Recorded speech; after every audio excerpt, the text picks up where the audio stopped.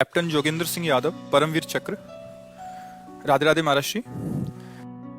हमें बहुत प्रियता होती है, हम आपको बताएं, हम संत वेश में हैं और हमें अपने भारत देश से बहुत प्रेम है। और जब कोई कहता है हम आर्मी में हैं, ऐसे हैं, तो हम उसे एक संत की नजर से ही देखते हैं कि जैसे हम एकांत में बैठकर अपने मन को मारकर प्रभु में लगाते हैं, ऐसे आप अपने परिवार का मोह छोड़कर, आप संसार के सुखों को रौंद करके अपने प्राणों को भारत देश के लिए समर्पित करने के लिए, तो हमें बहुत प्यारा लगता है। हम विशेष आदर उसका हृदय से करते हैं जो हमारे देश के सुरक्षा विभाग में है, हमारे देश को सुरक्षित रहे। आज हम यहाँ भजन कर पा रहे हैं ना, तो आप लोगों की वजह से।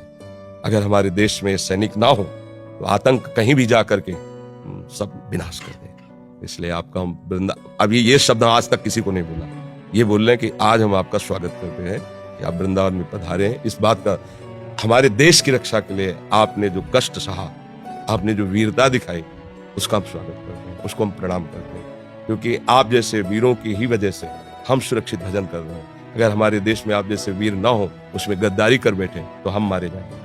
हम जितने भारतवासी चैन से तभी सोते हैं जब आप बेचैन होकर रात में जागते हैं, हर समय तैनात रहते हैं, हर समय भय है, विपक्ष कभी भी कहीं से वार कर सकता है। आप अपने परिवार का मोह त्याग करके, आपको पता है कि 1 मिनट में शरीर जा सकता है, तो आप वहां तैनात होकर के हर प्रयास, अभी इन्होंने आपको विषय बताया कि आपने 12 गोलियां शरीर में खाई, फिर भी भारत के लिए हमारा हृदय भरा है आपके लिए कि हम स्वागत करते हैं।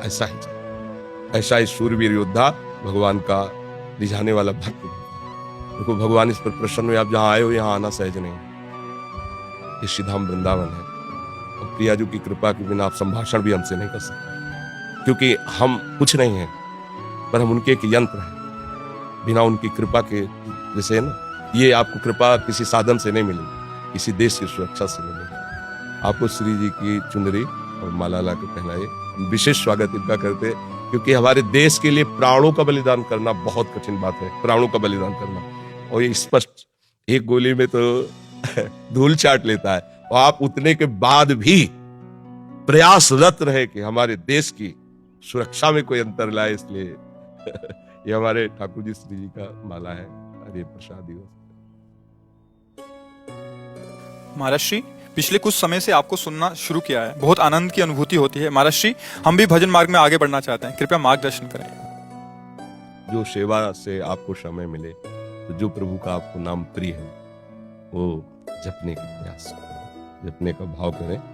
और अगर आपको कहीं ऐसा अवसर मिले कि नौजवानों को आप शिक्षा दे सकें अधिक से अधिक, भले आप सरकार की तरफ से निवृत्त हो जाएं, तो अगर कहीं भी रहें, तो आपका सबसे बड़ा भजन होगा, आप हमारे देश की तैयारी करोगे। गांव के या अपने प्रांत के नौजवानों को उनमें शूरवीरता भरिए, उनमें देश रक्षा का भाव भरिए। भगवान इसी से प्रसन्न होंगे और नाम जप करते रहेंगे। और सत्संग सुनने से है कि असत धारणाएं नष्ट हो जाती हैं, वास्तविक बात समझ में आती है। एक दिन शरीर तो जाएगा ना, तो अब जहां जाना है उस ठिकाने, देखो कितनी कृपा आपके ऊपर है कि आपने वो प्राप्त किया है। देखो बड़े बड़े पदों में बैठना भी पुण्य का काम है, लेकिन हम उसको उतना आदर नहीं देते क्योंकि हम बैरागी हैं, भगवत मार्ग के प्रति। लेकिन एक शूरवीर योद्धा को जो देश के लिए प्राण अर्पित कर रहा है, हम उसको उतना ही आदर करते हैं जितना एक सन्यासी महात्मा का आदर करते हैं। हमारे हृदय में उसके प्रति उतनी श्रद्धा है जैसे सन्यासी अपने जीवन को समर्पित करके हर कष्ट सहता है। दूसरा नहीं जानता कि वो कितना अंदर से बाहर की केवल बात आप जानते हो। जिन भोगों में आप जल करके गिरते हो, उन भोगों में जल कर चुपचाप सह रहा, जो वास्तविक मार्ग का प्रतीक है। ऐसे ही वो अपने देश के लिए हर मोह ममता का बलिदान करके लगा हुआ है। और कितने ऐसे वीर हैं जिन्होंने प्राण त्याग दिए देश के लिए, हम उनको प्रणाम करते हैं। हाँ, अंदर से भावना से प्रणाम करते हैं। आप नाम जप करते रहिए और सत्य वस्तु की प्राप्ति की चाह कर लीजिए, तो ये जो समय गया बड़ा मंगल में गया। आगे जो जाएगा वो और महामंगल में जाएगा, क्योंकि शरीर छूटने के बाद यदि भगवान मिल गए ना, तो पूरी बात बन गई। इधर देश सेवा हो गई और उधर जीवन का लाभ हो गया। यहाँ तो यश हुआ ही, यहाँ तो सम्मान है ही। कोई भी ऐसा नहीं जो तुम्हारा सम्मान नहीं। पदाधिकारी का सम्मान होना मुश्किल हो सकता है, अगर थोड़ा भी भारत का नमक है तो एक बार तो सलूट मारेगा कि तुमने हमारे देश की रक्षा के लिए ऐसा कष्ट सहा, हम तुम्हें प्रणाम करते हैं। तो बस फिर हम ये चाहते हैं कि जो मालिक हैं संसार के, उनके सामने भी आपका स्वागत हो। आओ, हमारे बच्चे हो, आप हमारे पास आओ, इसके लिए नाम जप करना और हमारे देश के नौजवानों को वो शिक्षा देना जिससे वो भी हमारे देश की सेवा में करता है।